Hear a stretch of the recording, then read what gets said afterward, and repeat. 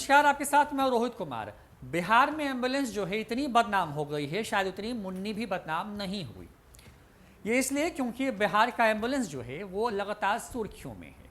Corona काल में ambulance की किल्लत की वजह से हजारों लोगों की जान चली जाए, या फिर कोरोना काल में ही एम्बुलेंस के नाम पर लाखों की लूट का मामला हो, सरकार को नियम तक बनाना पड़ा। इन तमाम खबरों के बीच में पप्पू यादव ने तो राजीव प्रताप रूड़ी के उनके पैतृक गांव में एक जगह पर रखे गए कई एम्बुलेंस पर छापेमारी करके इसको और आगे बढ़ा दिया। मामला यहीं नहीं रुकता है। बिहार में एम्बुलेंस की बदनामी बालू ढोने से लेकर के अवैध शराब की धुलाई तक में चर्चा में रही है। लेकिन इस बार चर्चा का जो वजह है वो अलग है। दरअसल बिहार में पंचायत चुनाव के दौरान एक प्रत्याशी की तरफ से एम्बुलेंस गाड़ी का इस्तेमाल किया जा रहा है और उसी गाड़ी से वो चुनाव प्रचार कर रहे हैं। अब इस मामले की खबर आने के बाद प्रशासन ने इससे आदर्श आचार संहिता का उल्लंघन माना है और एम्बुलेंस को जब्त कर लिया है। पंचायत चुनाव 2021 के लिए बेतिया में चुनावी सरगर्मी तेज हो गई है। नरकटियागंज प्रखंड की शिकारपुर पंचायत अंतर्गत मुखिया पद के एक प्रत्याशी का चुनाव प्रचार एम्बुलेंस से किया जा रहा है। इसका एक वीडियो सामने आ गया है।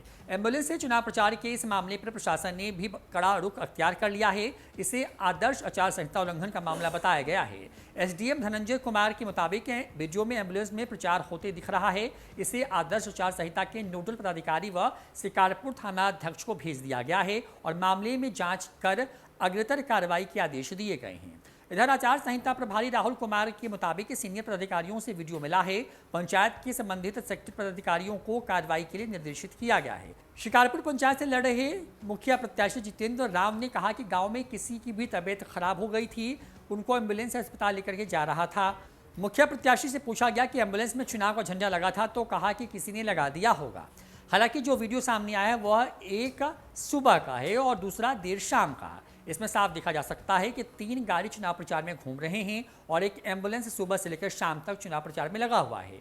इस मामले को लेकर के इलाके में चर्चा यह भी है कि प्रत्याशी ने स्थानीय अस्पताल को एक एम्बुलेंस दान में दिया था और वह अब अपने एम्बुलेंस से ही चुनाव प्रचार करते नजर आ रहे हैं और यही बताने की कोशिश हो रही है कि उन्होंने विपत्ति काल में अपनी निधि से एक एम्बुलेंस स्थानीय अस्पताल प्रशासन को दिया था और उसी एम्बुलेंस से प्रचार के सहारे वो दिखाने की कोशिश कर रहे हैं कि वो जनता के हिमायती हैं।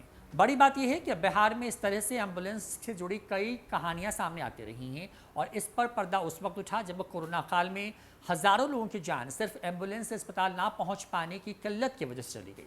बिहार में वैसे तो सरकार ने इन तमाम आरोपों को बेबुनियाद कहते हुए कहा कि सरकार के पास पर्याप्त मात्रा में एम्बुलेंस उपलब्ध हैं, लेकिन उन तस्वीरों को भी आपने देखा और सुना होगा कि किस तरीके से एम्बुलेंस जैसी ज़रूरी सेवाओं के अभाव में हजारों लोगों ने बिहार समेत देश भर में दम तोड़ दिया। बिहार में कहने के लिए तो सैकड़ों एम्बुलेंस आज भी हैं, लेकिन वो कहीं कबाड़ की तरह तो कहीं उससे बालू और शराब की धुलाई हो रही है। तो कुछ जगहों पर इन्हीं एम्बुलेंसों को एक तरीके से छुपा करके सिर्फ इसलिए रखा गया क्योंकि दलील ये थी कि उनको चलाने वाला ड्राइवर नहीं था।